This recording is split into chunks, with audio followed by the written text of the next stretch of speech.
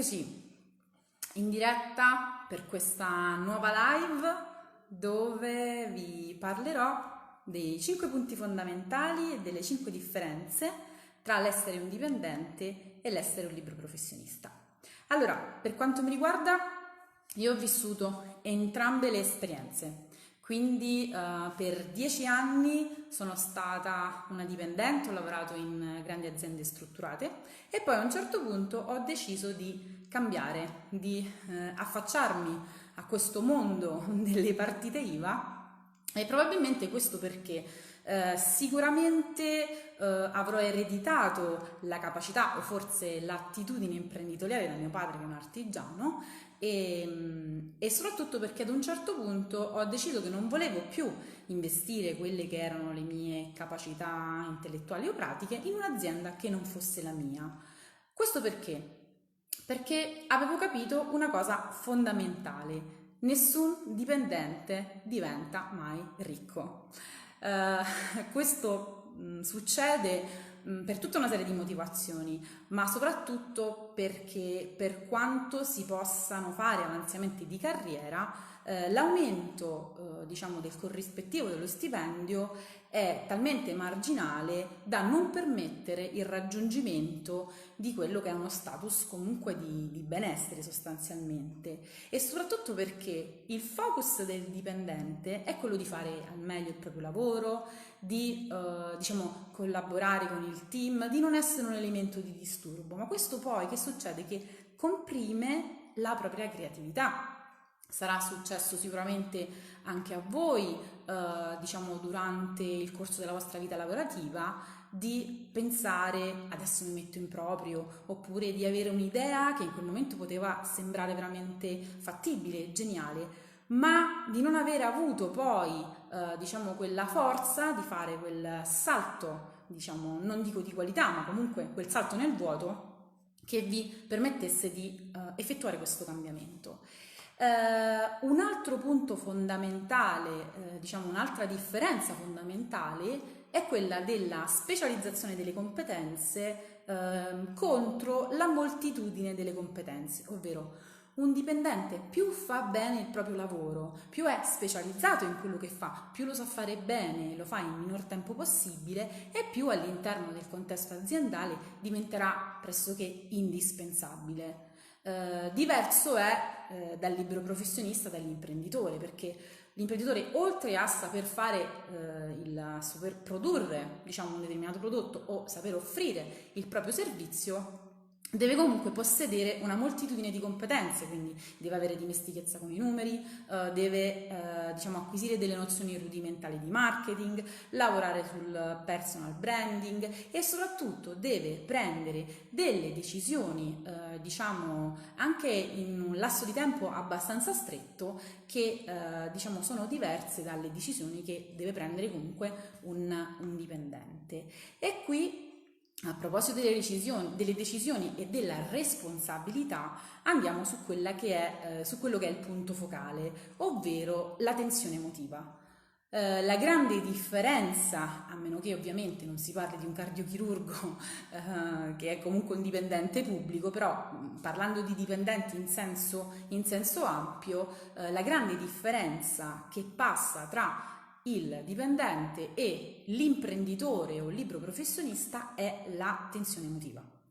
Bisogna avere la capacità di gestire comunque i pagamenti, i clienti e i fornitori, e spesso mi capita di confrontarmi con le mie amiche che magari loro sono delle dipendenti e i loro mariti e i loro compagni sono dei liberi professionisti, sono degli imprenditori, e spesso mi sento dire Paola, ma non stacca mai la testa. Ecco, questa è una grandissima differenza, perché mentre comunque il dipendente, una volta che chiude la porta dell'ufficio, salvo ovviamente rari casi, può permettersi di lasciare in quel contesto quelle problematiche, comunque differente è per il libero professionista o anche per il commerciante. Nel momento in cui si abbassa la saracinesca del negozio, non è che non si preoccupa più degli ordini o degli assegni o degli affitti, quindi diciamo che c'è una sostanziale differenza, appunto, che riguarda proprio la tensione emotiva.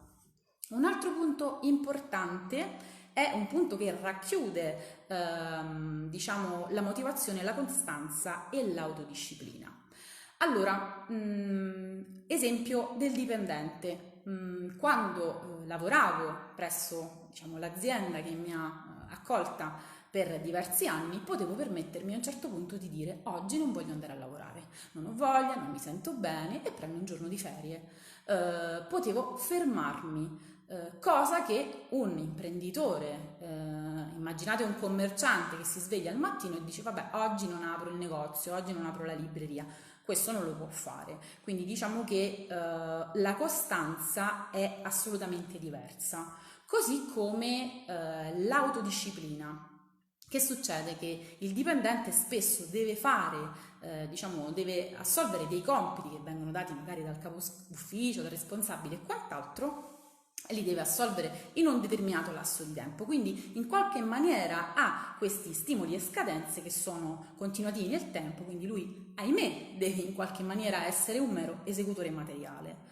Per quanto riguarda invece il libero professionista, piuttosto che comunque, ecco, immagino magari le nuove professioni come youtuber, come blogger e via dicendo, non essendoci comunque qualcuno che ci impone di fare quel determinato lavoro in un determinato lasso di tempo, possiamo permetterci, tra virgolette, di procrastinare. Quindi c'è una sorta di autogestione dove nessuno ti dice che cosa devi fare, e ovviamente questo può creare qualche problematica, soprattutto nel momento in cui si cambia e si sceglie di passare dal regime di lavoratore autonomo, subordinato a quello di lavoratore autonomo.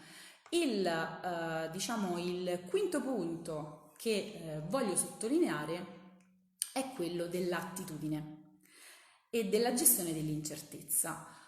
Allora, in ambedue i casi, quello che differenzia l'imprenditore dal dipendente è assolutamente, a mio avviso, la forma mentis. Spesso mi viene detto: ma non so come riesci a gestire tutta una serie di di incombenze tenendo questa tensione sempre costante.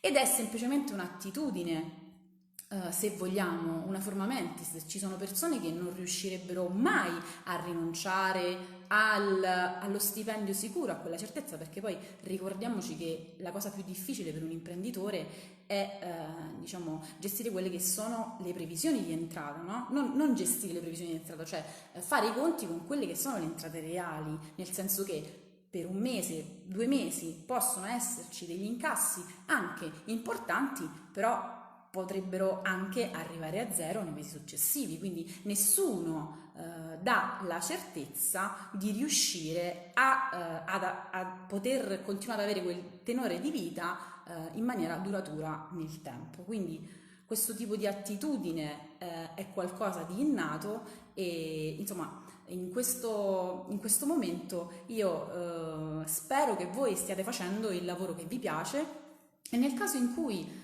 pensiate comunque di mettervi in proprio, spero di avervi dato qualche piccolo consiglio e di avervi fatto, vedere cosa c'è dall'altra parte.